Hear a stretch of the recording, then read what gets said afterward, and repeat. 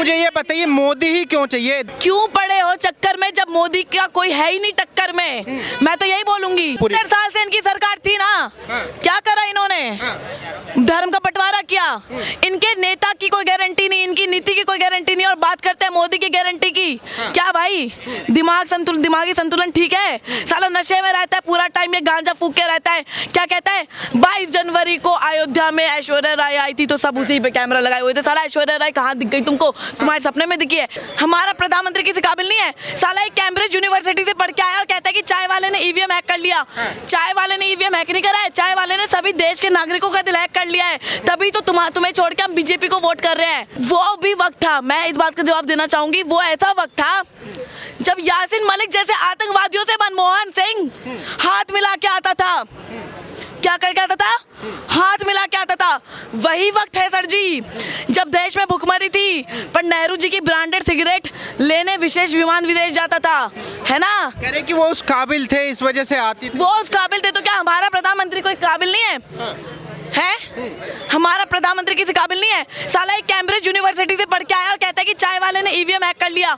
चाय वाले ने ईवीएम हैक नहीं करा है, चाय वाले ने सभी देश के नागरिकों का दिल हैक कर लिया है। तभी तो तुम्हें छोड़ के हम बीजेपी को वोट कर रहे हैं। दिल हैक कर लिया है। राहुल गांधी तुम संघर्ष करो, हम मोदी जी के साथ है। जय श्री राम। क्यों लगता है ऐसा आपको कि संघर्ष राहुल गांधी करे, साथ मोदी का दोगे आप? क्या है मोदी में ऐसा? बिल्कुल हम साथ मोदी का देंगे। जो हमारे रामलला को लाए हैं, जिन्होंने हमारा हिंदू राष्ट्र बचाया है, हम उन्हीं का साथ देंगे। एक बात बताइए, दिल्ली देश की राजधानी है। हुमायूं रोड क्या कर रहा है यहाँ पे? अकबर रोड क्या कर रहा है यहाँ पे? शाहजहां रोड क्या कर रहा है यहाँ पे? मार्च से पहले ना इन सबका नाम बदलवाओ। केजरीवाल भी पप्पू का दूसरा पहलू है।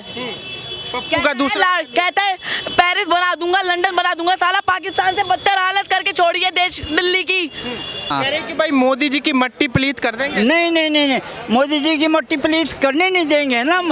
हम हैं। अच्छा। हाँ, अब ये भरोसा है आपको? हाँ, भरोसा है। और मतलब अब ये रोड के ऊपर किसान बैठे हुए हैं, इनका भी इलाज होगा अब। अच्छा। हाँ, ये रोड घेर के बैठ जाते हैं तो लोगों को कितना नुकसान हो रहा है, इनको समझ नहीं। इनके पास जमीन है, जायदाद है, बहुत बड़े बड़े अमीर हैं ये किसान हैं। हाँ, और सरकार को लूट रहे हैं, ये लूट रहे हैं। हाँ, हम हर तीसरे साल जो क्या कहते हैं लोन माफ करवा लेते हैं, हर फलान करवा लेते हैं।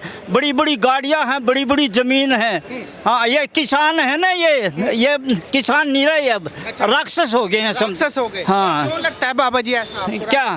अरे भाई देखो ना, वो पीछे 1 साल तक वो मतलब दिल्ली के चारों तरफ सारे रोड घेरे रखे, और अभी भी घेर कर रखे। कितना नुकसान हो रहा है लोगों को।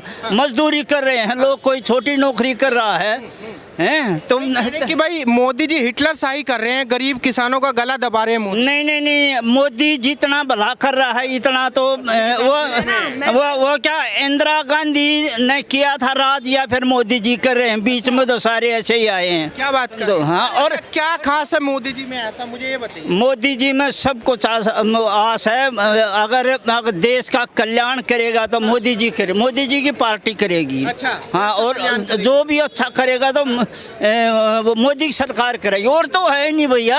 अंकल जी ये बताइए मुझे, देश के अंदर बाकी नेता भी हैं, केवल मोदी में ही क्या ऐसा आपको नजर आता है?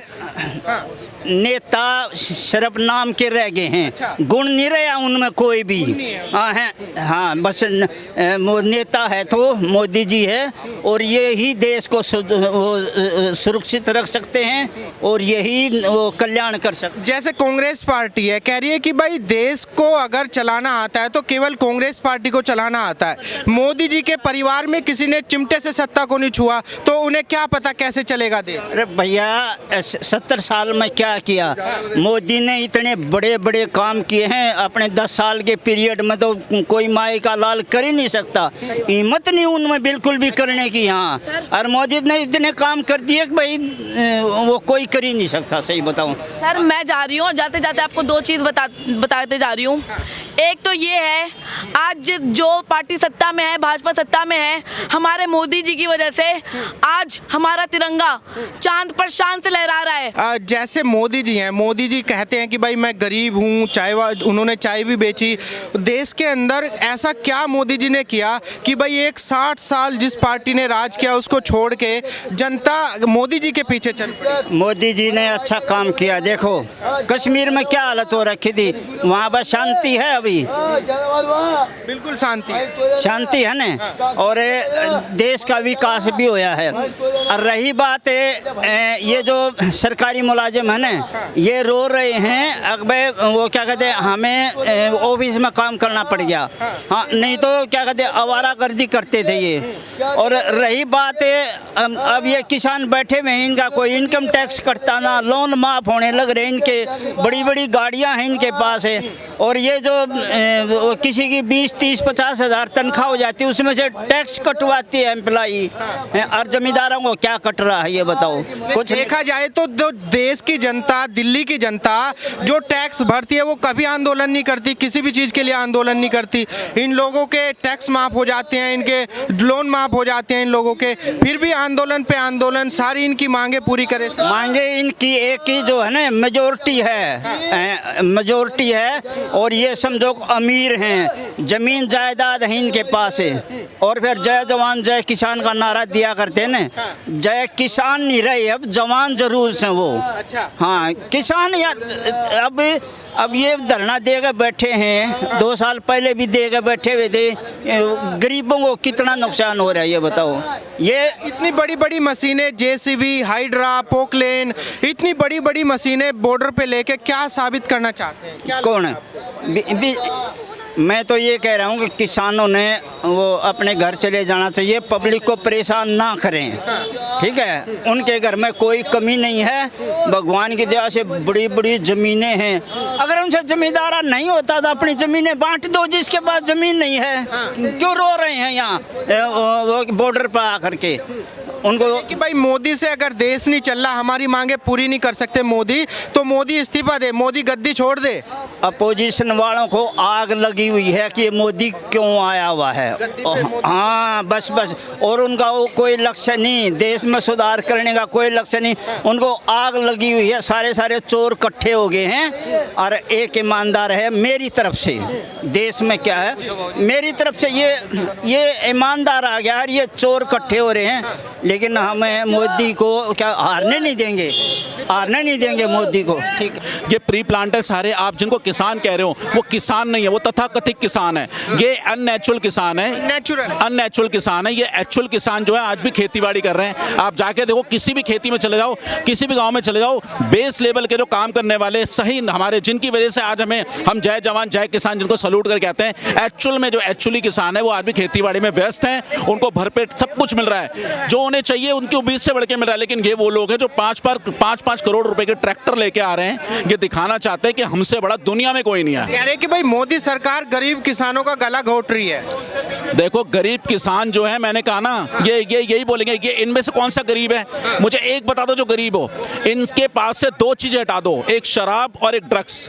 ये 4 दिन बैठ के दिखाते हैं। मैं चैनल के माध्यम से चैलेंज कर रहा हूं इन लोगों को, ये दो चीजें इनके वहां से हट जाएं, ये भीड़ भी छट जाएगी, सब अपने बिलों में घुस जाएंगे। क्या बात कर रहे हैं? बिल्कुल सच्चाई है, आप बिल्कुल घुस जाएंगे। इनको नशा, जो पंजाब को नशेड़ी बनाया है, इन्हीं लोगों ने बनाया है। अपने बच्चों को बाहर पढ़ने भेजते हैं, डॉलरों के हिसाब से इनकम आती है इनके किसी के 12 पेट्रोल पंप है, किसी के 15 पेट्रोल पंप है। ये कहाँ के गरीब हैं? गरीबों का चेहरा बना करके देश तोड़ने वाली ताकतों को जोड़कर ये लोग काम करते हैं।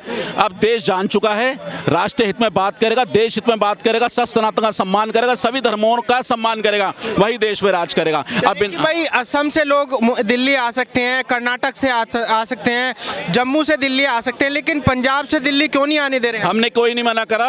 कैपिटल ऑफ इंडिया है दिल्ली, सबका स्वागत है। अभी भी चले जाओ, जंतर मंतर पे कोई ना कोई। सुनिए सुनिए, आने के लिए किसी को मना नहीं है। एक बात सुनिए, मुझे 5 रोटी की भूख है, सुनते रहना मेरी बात को, और मुझे कोई जबरदस्ती 50 रोटी खिलाएगा, उससे क्या होगा?